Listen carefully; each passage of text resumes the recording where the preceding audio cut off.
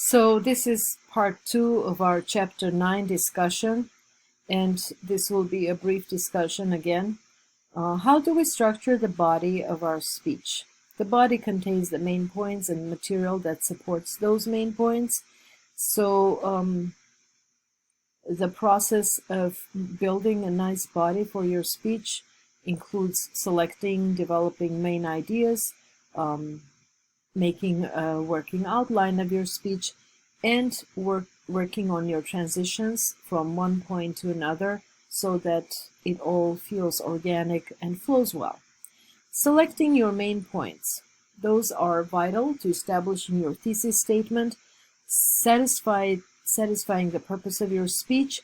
Your thesis statement articulates your central idea, and your specific purpose specifies what you want your audience to understand, agree with, do, or appreciate as a result of the speech.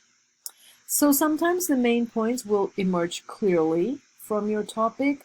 For example, if your statement is throwing pottery is an enjoyable and rewarding activity, and your specific purpose will be to inform your audience how to throw pottery, then the main points that seem logical would be preparing clay, fashioning the pot, and completing your pottery piece. At other times, your main points will emerge gradually, and so you'll have to find the way that it comes out, it comes through. You have to decide to build your main points from certain areas of emphasis. If you want to focus on 3 ideas and combine the second and third into your speech, each main point should articulate one single idea. Follow the principle of simplicity. So map your thoughts, map your ideas, make them extremely simple. Arranging your main points. Once you have chosen what the main points are going to be, your next decision is how to arrange them together. There is no single design that is better than others, and the types of design are categorical, comparative, spatial, sequential, chronological, problem solution, refutative, and narrative. So the textbook offers a deep insight into each of them. I will just briefly skip over them and introduce each of them very, very sort of superficially, because I want you to read the textbook. So the categorical design is a topical design arranged around main ideas of your speech so that they reflect major points that will be uncovered during your presentation. So the specific purpose is to inform listeners about something.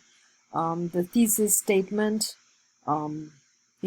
brings up the main idea, and there are several main points. Each component is one part that will be synthesized together, and each of them holds equal importance. Comparative design is comparing one thing with another, and so you can emphasize the differences among elements, and it could be either a literal comparative or a figurative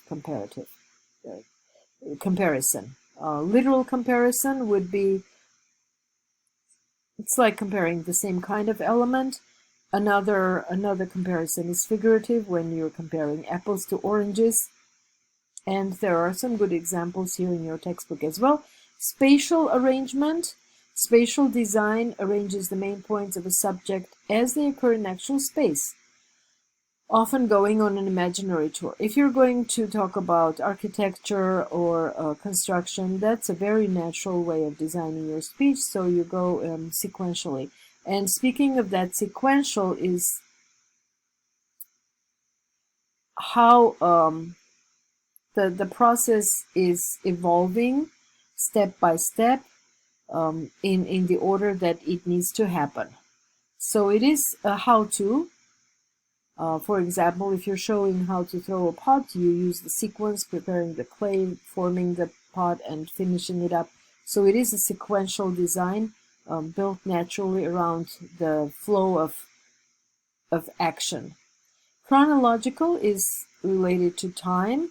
Naturally, if you're talking about a person, if you're giving a eulogy or making a speech at a wedding, chronological is appropriate. You can talk about the childhood of a person, and then as the person grows up, their career, accomplishments, and then finally the focal point, the wedding or other occasion that you're marking.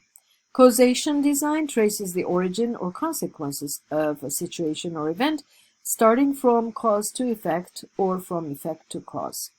Problem solution, that design centers on a problem and then provides an answer to it.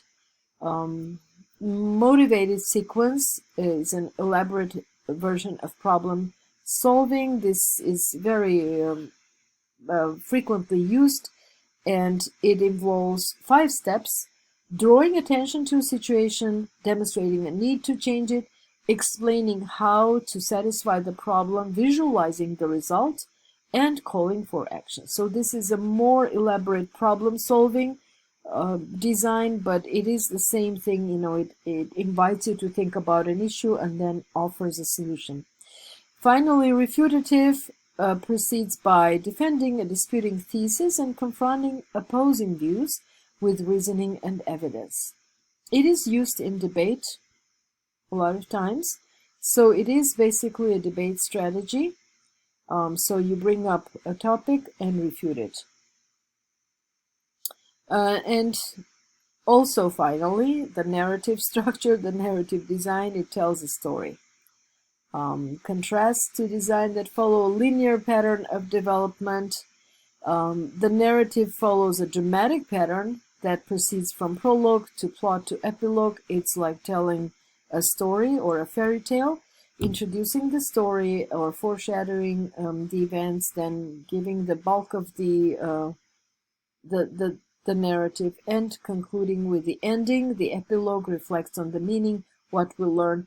Those type of structure helps illustrate concepts and adds human interest to the speech. It also helps understand complex ideas that are hard to put into words without an example.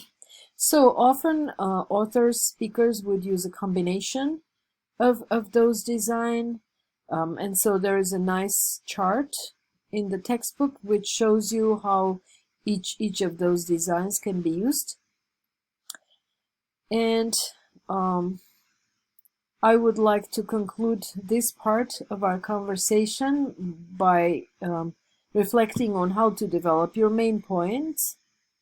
So you need to identify which ideas are your important main points and which ones are the subpoints. Your main points are general statements, whereas subpoints are very specific, and you need to they flesh out your main points, make them credible, and bring them to life. So your subpoints kind of service the main points. Those subpoints usually answer questions: how do you know it's true? What does it mean? And why should I care? So by understanding which ones are your main points and which ones are your subpoints, you will structure your speech in a very organized manner.